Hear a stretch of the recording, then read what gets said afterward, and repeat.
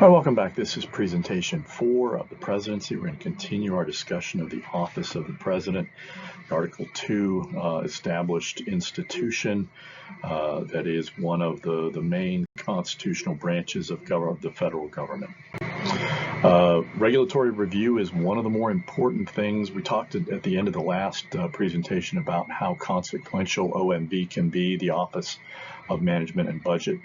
There's a little-known agency within the OMB called the Office of Information and Regulatory Affairs, OIRA, that supervises the process known as regulatory review, which works like this.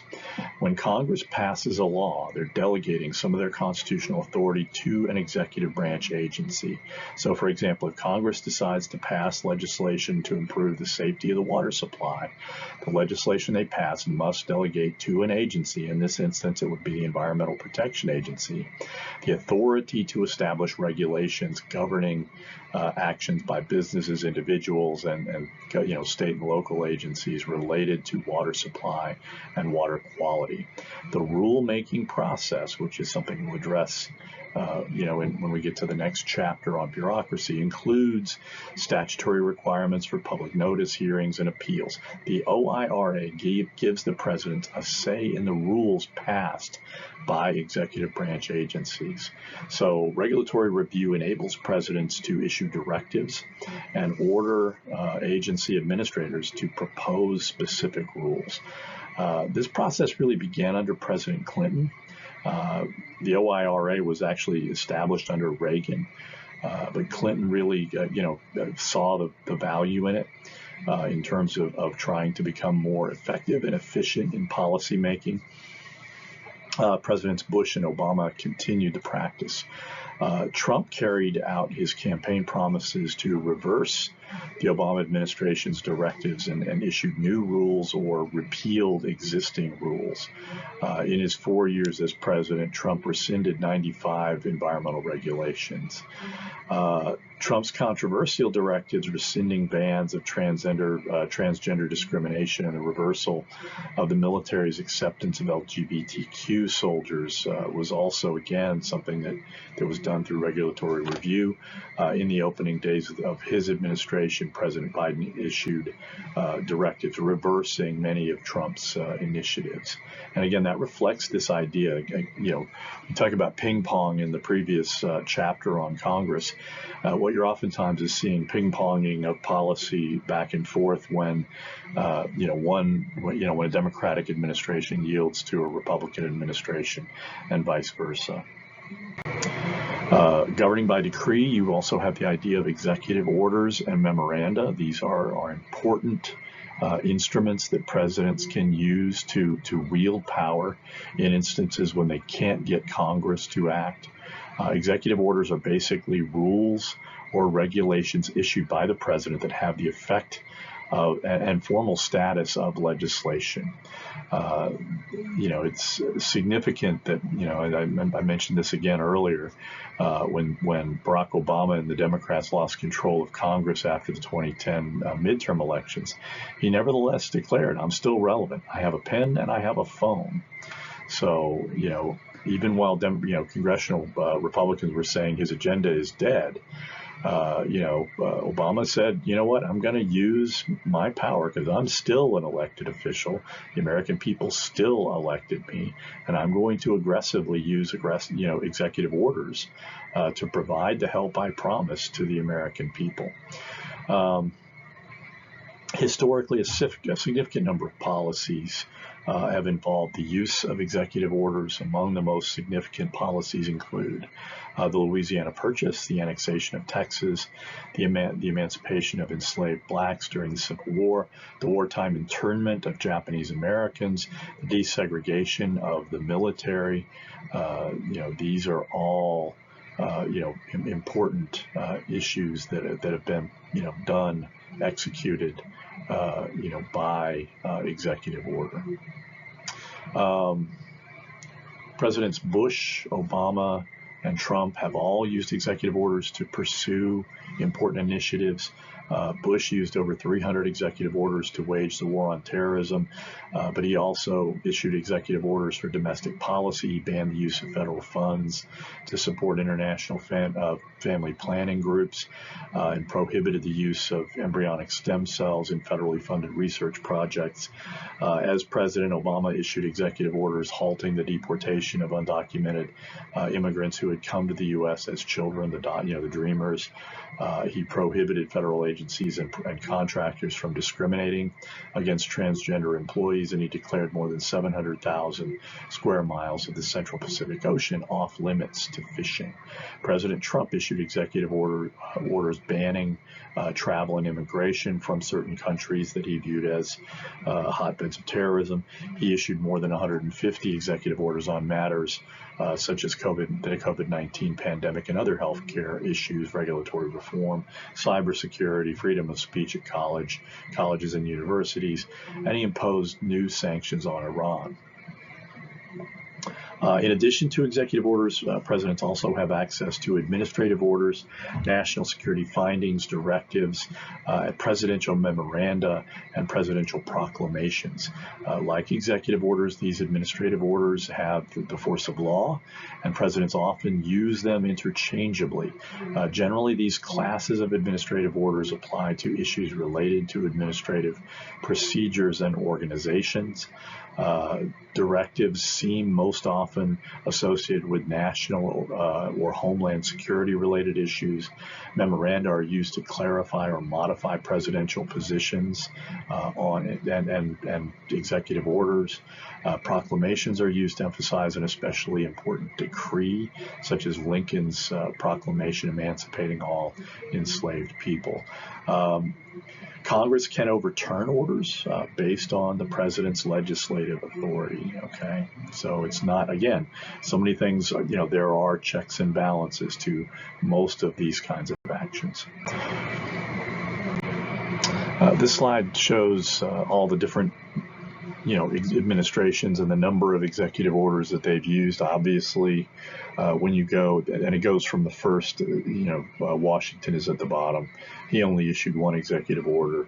Adams issued, just a few. Again, not many executive orders until you get to the 20th century. Teddy Roosevelt issues 145. Obviously, Franklin Delano Roosevelt issued the most. He was in office for 13 years, before he passed away. No other president has served more than 8. Trump issued 51. I'm not sure how many Biden has issued as he closes in is well into his 4th year in office now. But again, this sort of illustrates, first and foremost, over the course of the 20th century, presidents were much more active in terms of issuing and taking actions related to governing.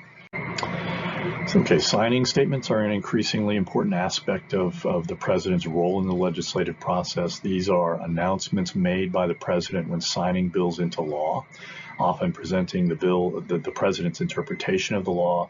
The Reagan administration succeeded in getting presidential signing statements included in the congressional record, which gives it statutory authority. Recent presidents, especially George W. Bush, made much more frequent and calculated use of signing statements, to the extent that some constitutional scholars were making the argument that Bush was using signing statements as a sort of line item veto, saying that he would choose not to enforce certain aspects of a law for a variety of reasons. Historically, again, presidents have used signing statements to object to elements of a law that, in their view, may be potentially unconstitutional, or to clarify something, to say, this language in this statute is confusing. Here is how I interpret it, and here is how I intend to enforce it. So again, there you go.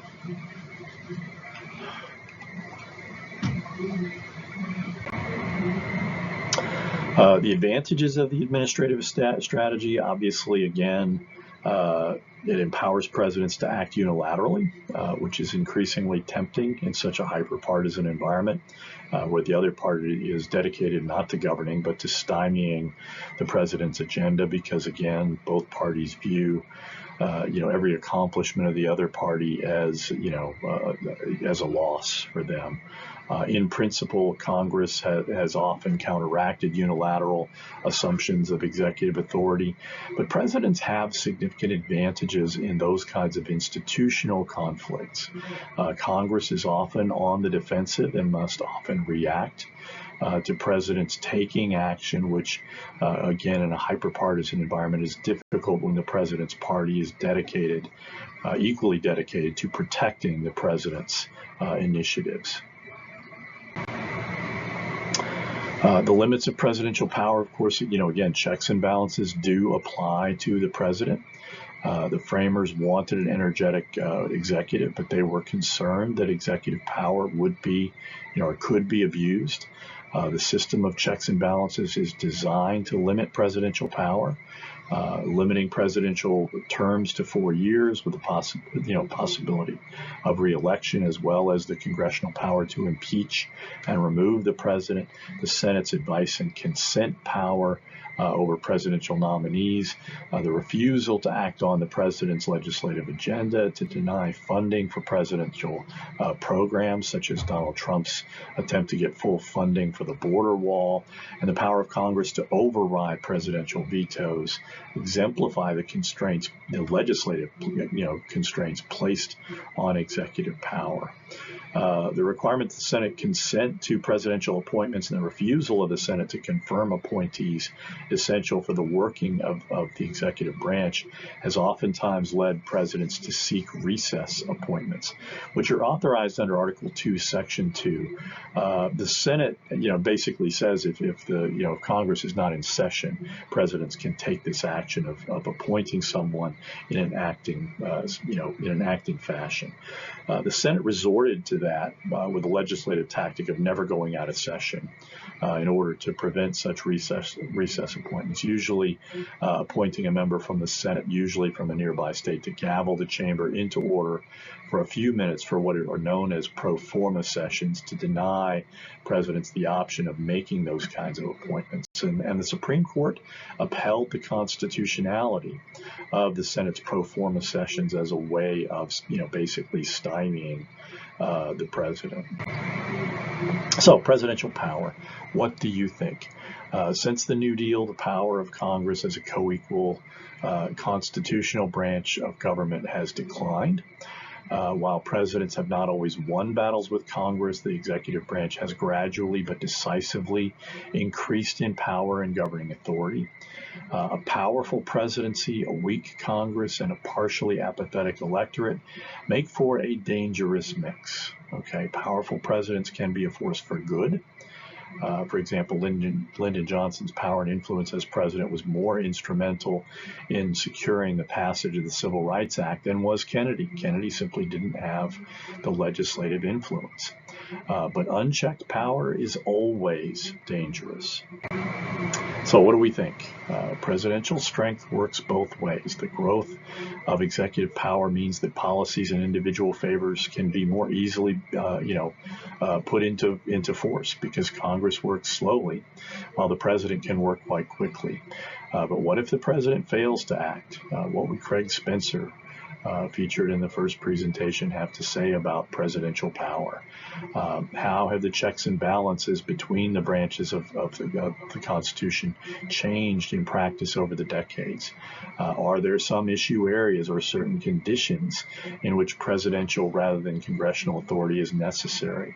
Have you ever been directly affected by a presidential decision? Do you think the policy outcome would have been different if Congress had been more involved?